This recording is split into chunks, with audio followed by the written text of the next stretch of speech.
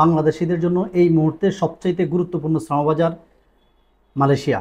আর এই মালয়েশিয়া শ্রমবাজার নিয়ে আপনাদের যেমন আগ্রহ রয়েছে, তেমন বাংলাদেশ থেকে কর্মী নেওয়ার ইচ্ছা এবং আগ্রহ মালয়েশিয়ার কম নয়।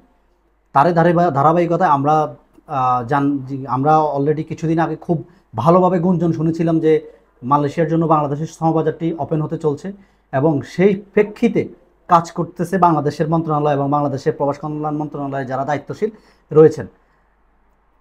2025 সালের আগস্টে এই বিষয় নিয়ে দুই দেশের ভিতরে অনেকবার মিটিংও হয়েছিল, আপনারা এই বিষয়ে অবগত। তখন খুব একটা আমরা আশা করছিলাম যে আমরা মালয়েশিয়ার শ্রমবাজার খোলার খুব দ্বারপ্রান্তে চলে গেছি। কিন্তু আপনারা যারা আগে থেকেই মালয়েশিয়া সম্পর্কে জানেন, অথবা মালয়েশিয়া সম্পর্কে আপনাদের ধারণা আছে, অথবা এই সম্পর্কে আপনারা কিছু নিউজ ঘাটাঘাটি করছেন, তা আপনারা অবশ্যই জানবেন।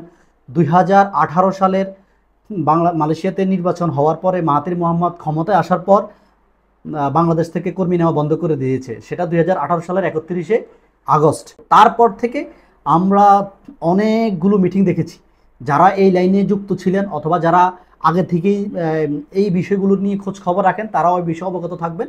2021 সালের ডিসেম্বর মাসে, যদি ভুল না হয় নভেম্বর অথবা ডিসেম্বর মাসে বাংলাদেশের সাথে MOU চুক্তি হয়েছিল যে বাংলাদেশ থেকে আবার পুনরায় কর্মী নিতে চায় সিন্ডিকেটের মাধ্যমে। সেটা প্রথমে 25টি সিন্ডিকেট, পরে সেটা 100টিতে গিয়ে দাঁড়ায়।